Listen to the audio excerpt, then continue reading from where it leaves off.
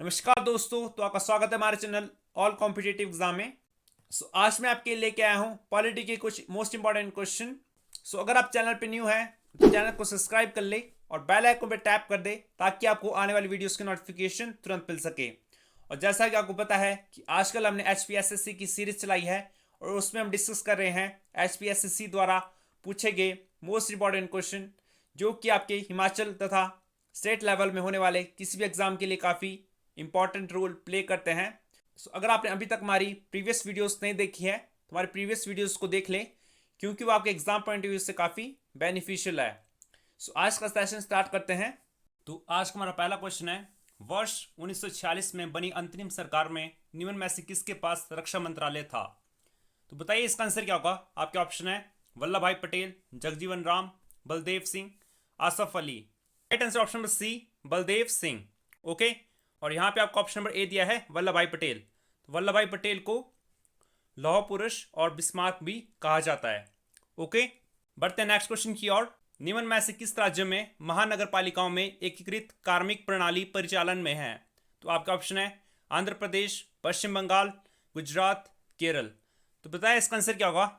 तो इसका right answer option number A, Andhra Pradesh. Okay, और साथ ही मैं आपको बता दूं कि आंध्र प्रदेश भाषा के आधार पर बनने वाला प्रथम राज्य है। और इसे कब बनाया गया था? तो इसको बनाया गया था 1956 में। ओके, बढ़ते हैं नेक्स्ट क्वेश्चन की ओर।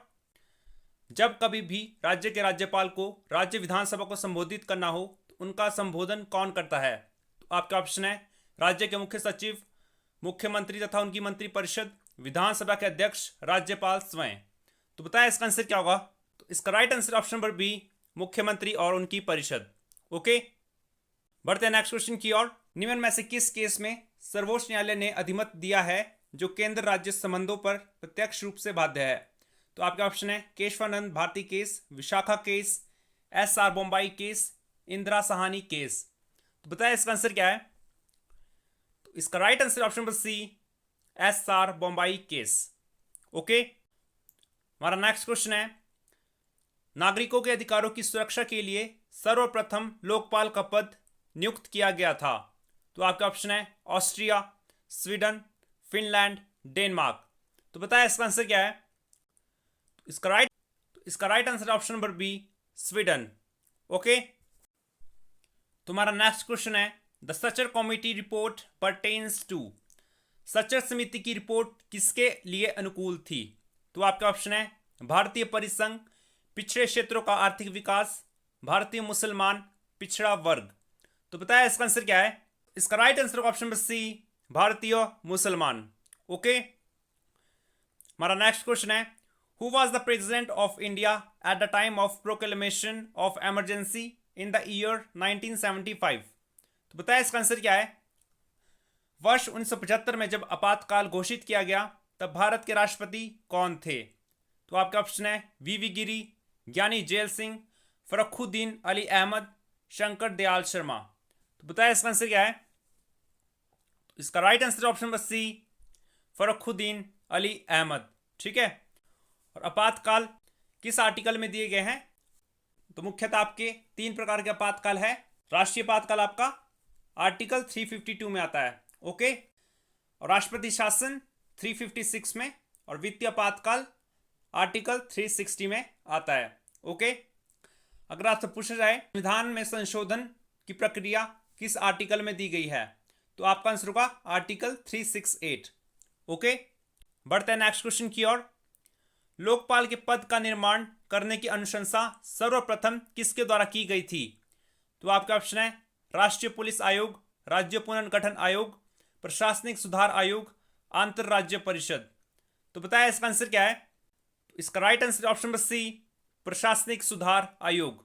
ओके, बढ़ते हैं नेक्स्ट क्वेश्चन की ओर। निम्न में से किस विषय के अनुलक्ष्य में संसद के पास नए कानून बनाने की अन्य सत्ता नहीं है?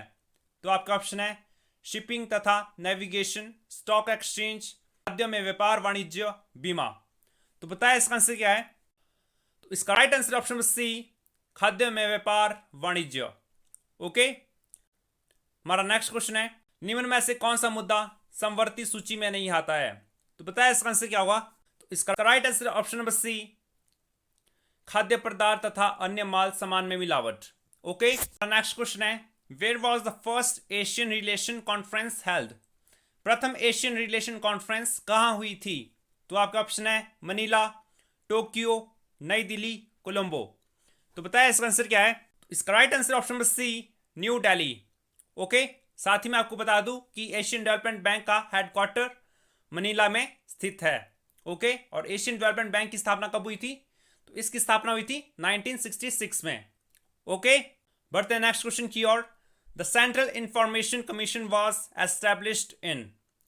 केंद्रीय सूचना आयोग कब स्थापित हुआ था? तो बताया इसका आंसर क्या है? तो इसका right answer option number C, 2005। Okay, हमारा नेक्स्ट क्वेश्चन है, state human right commission submits its annual report to the? राज्य मानव अधिकार आयोग अपनी वार्षिक रिपोर्ट किसे सुपुर्द करता है?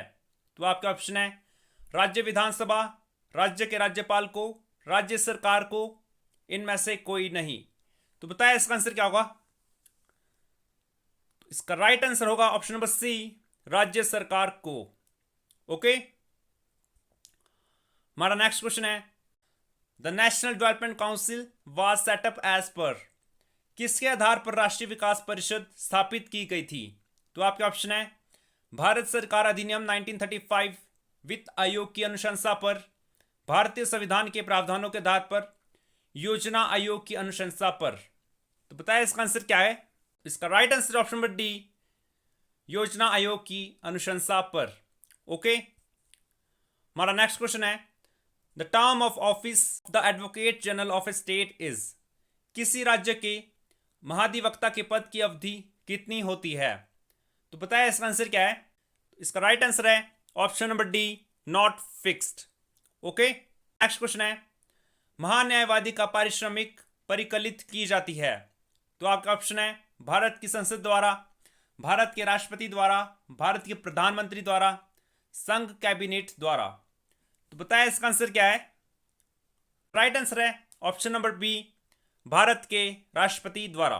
ओके, तो आज का हमारा लास्ट क्वेश्चन है, निम्न में से कौन सा एक संवैधानिक निकाय है? तो आपका ऑप्शन है national commission for scheduled tribes, national commission for minorities, national commission for women, planning commission. तो बताया इसका आंसर क्या होगा? तो राइट आंसर है option number A, national commission for scheduled tribes. Okay, तो ये थे दोस्तों हमारे आज के most important question. I hope आपको ये वीडियो पसंद आई होगी। सो वीडियो को लाइक, कमेंट एंड शेयर करना ना भूलें, क्योंकि हम आपके लिए इसी तरह की वीडियोस हर रोज लाते हैं जो कि आपके एग्जाम पॉइंट ऑफ व्यू से काफी इंपॉर्टेंट रहती है। सो आज के लिए दोस्तों इतना ही। जय हिंद, जय भारत।